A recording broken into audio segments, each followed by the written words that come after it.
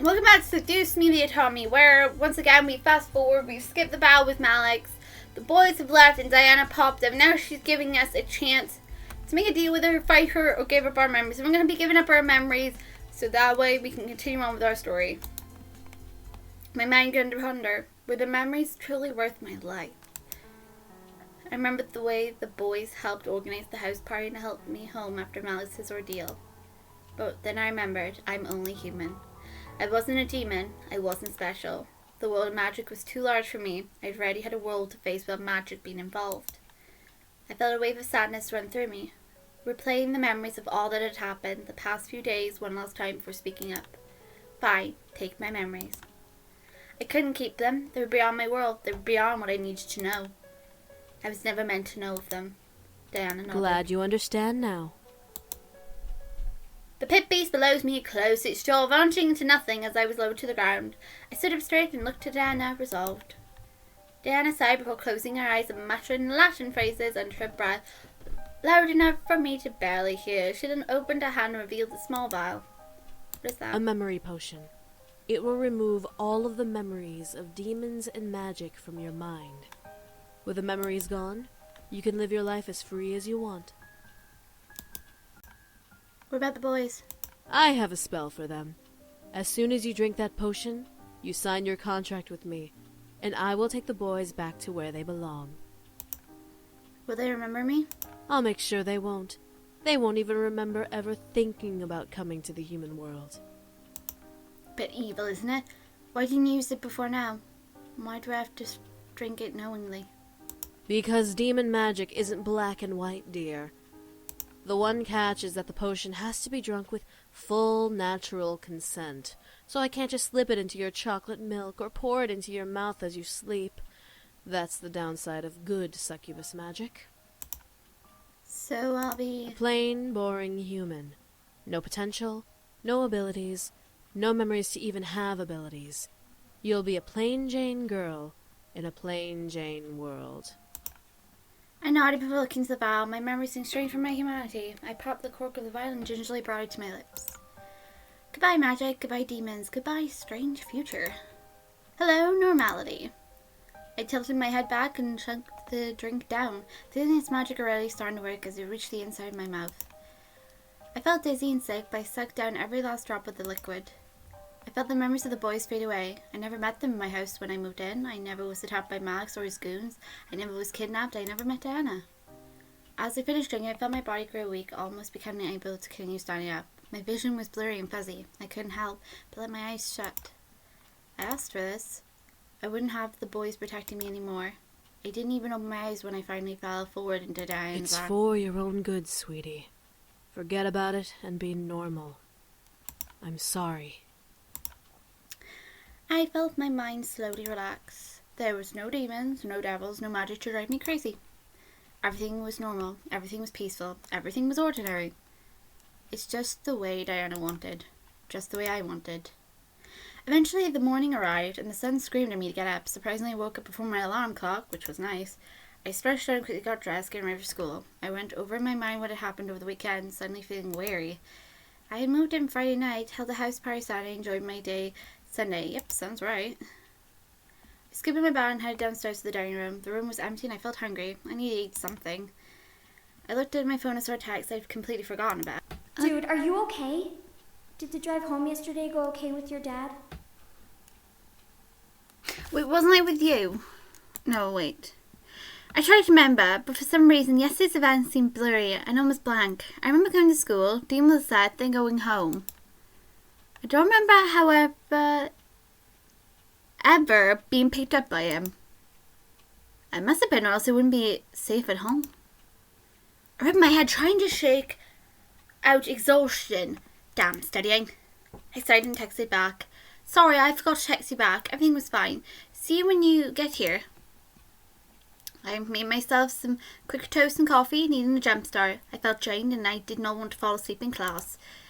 Something bothered me though. My house felt empty, or at least emptier than when I came for some reason, and I couldn't put my finger on it, but it slightly bothered me. I finished my food and quickly rushed to the front, waiting for Naomi's car and confident that nothing was going to happen. I've already told her what had happened yesterday. I'll be riding with you guys from now on to and from school.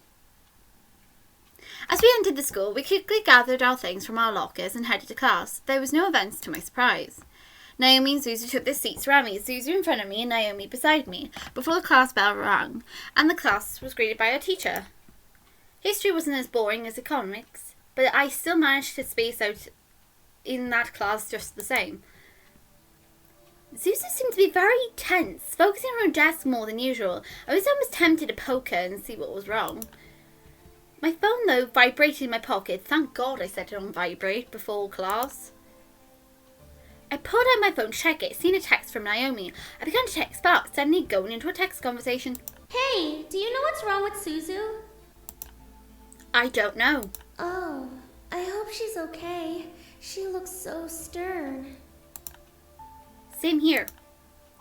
I looked over once again at Suzu. She was immensely scribbling in a notebook, almost obsessively so. The grip on her new-looking purple pencil was almost tight enough to bend it, each stroke she made with it. Oh, by the way, did you hear? Did I hear what? Has she got a crush too? What? Apparently, Suzu's family is really involved with the mob. My dad told me he saw Suzu's dad in court this morning with a big-time crime boss. Uh-oh. Really? I couldn't believe it. Was Suzu okay? I looked over once more. Something made my heart slightly skip at seeing her again. I was worried, yes, but for some reason I felt a little sad. Suzu had always sworn up and down that her family had no relation with crime lords, yet this happened. Why was this happening? I put my phone back in my pocket, ending the conversation. Hopefully Suzu would explain things to me soon. I was worried beyond belief about Suzu's position with her family. Time continued until the end of the class period. In the exact state, Suzu held her tense ground, focusing on nothing but incoherent scribbles on her paper, while Naomi and I watched on in worry, not caring for the class we were in. As the bell rang, Suzu stood up suddenly. I gotta go. See you guys later. You just gonna go like flying that way? Yep.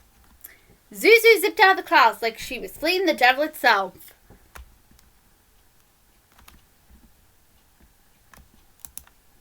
What just happened? She did the usual thing everybody does. They seem to slide across the screen at incredible speed and not collide with anything. It's completely normal, don't worry. Either way, she's slightly upset though. I should probably go see if she's okay. I don't know. I'll be right back. I needed to see what was wrong with Suzu. Suzu was important to me, and I needed to help her. I instantly grabbed my things and rushed out of the room. Whoa! Where are you going? Hey! I'll be back later, don't worry. Keep nicely formed in the next class. I wasn't listening. I need to get to Suzu. The hall was full of students, which made spotting Suzu a little harder. I wish she was just a little taller. Suzu! I began to push through the crowd, trying to find a trace of her hair, her jacket, anything. I managed to get a glimpse of her green jacket, instinctively following it down the hall into a classroom. Suzu's class was the other way. Where was she going? I continued following and peeked into the classroom, seeing no one else in there except Suzu. What shocked me was seeing Suzu standing over an empty desk, slamming her fist onto the wood. I didn't know what to do. The world behind me in the hall went into slow motion as I stared at Suzu's back. She absolutely wanted to be alone, but I wanted to help her and fix whatever was bothering her. I couldn't leave her like this. I quietly stepped into the room and closed the door, making Suzu flinch and freeze up. Suzu? Suzu gasped before turning to me, a shocked expression on her face. Tears had painted her cheeks, which made my heart sink in my chest. Suzu, what's wrong? It's nothing. Nothing. You're not fooling anybody, sweetie. Suzu quickly rubbed her eyes and face, trying to cover her face and clean it from sadness. I pressed my lips together, not believing her. Suzu, talk to me. You were acting strange in history. I was just listening to the lecture. Since when do you ever listen to a lecture? You were scribbling in your notebook. I was watching almost the entire class period. I have bad handwriting. That wasn't true. She wouldn't write notes about class. She didn't care much for class, unlike Naomi. Oh wait, that was true, but she wouldn't write notes about class. She didn't care much for class, unlike Naomi and me. Why was she lying to me? What was going on? What was making her so distraught? Suzu, whatever is troubling you, let me help you. You can't help me, okay? I stepped back, feeling the sudden anger in her voice. She covered her mouth, regretting what came out of it. I stared, almost in pure fright at me. Suzu. I stepped towards her, not wanting to scare her, but wanting to be closer. Suzu didn't seem affected, so I continued to walk towards her. Eventually, we were only a desk away from each other. Tell me. Suzu stared before letting out a shuddered sigh, nodding in defeat. I slowly took a seat in the desk in front of me, watching as she moved to stand in front of me. I've been having some issues, okay?